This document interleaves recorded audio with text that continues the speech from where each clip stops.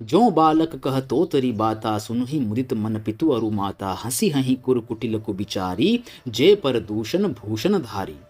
जैसे बालक जब तोतले वचन बोलता है तो उसके माता पिता उन्हें प्रसन्न मन से सुनते हैं, किंतु क्रूर, कुटिल और बुरे विचार वाले लोग जो दूसरों के दोषों को भी भूषण रूप से धारण किए रहते हैं, अर्थात जिन्हें पराये दोष ही प्यारे लगते हैं, वो भी हंसेंगे इस बात पर। निज कबित के ही लागन नीका, सरस हो अथवा अति फीका, जे पर भनिति सुनत हर्षाही, ते बर पुरुष बहुत जग नाही। रसीली हो या अत्यंत फीकी, अपनी कविता किसे अच्छी नहीं लगती, किंतु जो दूसरे की रचना को सुनकर हर्षित होते हैं, ऐसे उत्तम पुरुष जगत में बहुत नहीं है। जग बहु नर सर सरी सम भाई, जे निज बाड़ी बढ़ही जल पाई, सज्जन सकृत सिंधु सम कोई, देखी पूर्व विधु बाढ़ई जोई।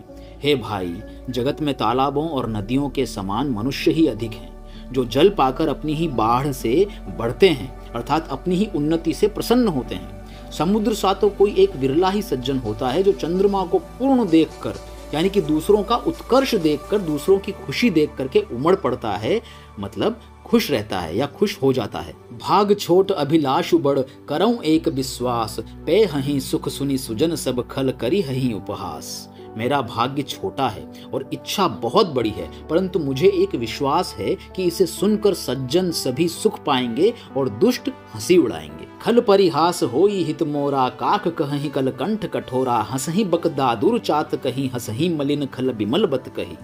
किंतु दुष्टों के हंसने से मेरा हित ही होगा। मधुर कंठ वाली कोयल को कोए तो कठोर ही कहा करते हैं।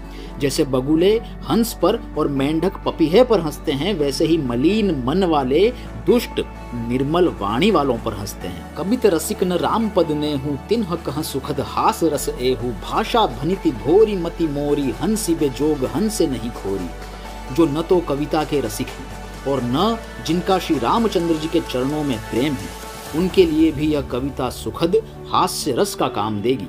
प्रथम तो यह भाषा की रचना है, दूसरे मेरी बुद्धि भोली है, इससे यह हंसने के योग्य ही है। हंसने में उन्हें कोई दोष नहीं।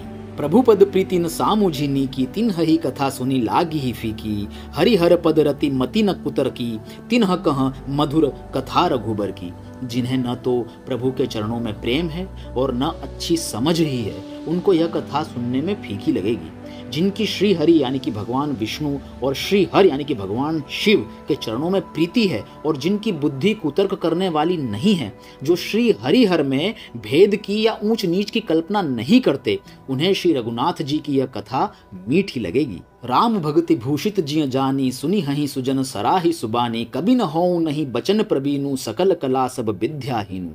सज्जन गण इस कथा को अपने जी में यानी कि अपने हृदय में श्री राम जी की भक्ति से भूषित जानकर सुंदर वाणी से सराहना करते हुए सुनेंगे।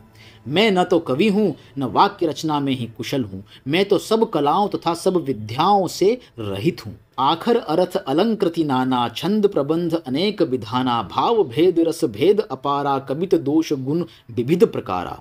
नाना प्रकार के अक्षर, अर्थ और अलंकार, अनेक प्रकार की छंद रचना, भावों और रसों के अपार भेद और कविता के भांति भांति के गुण दोष होते हैं।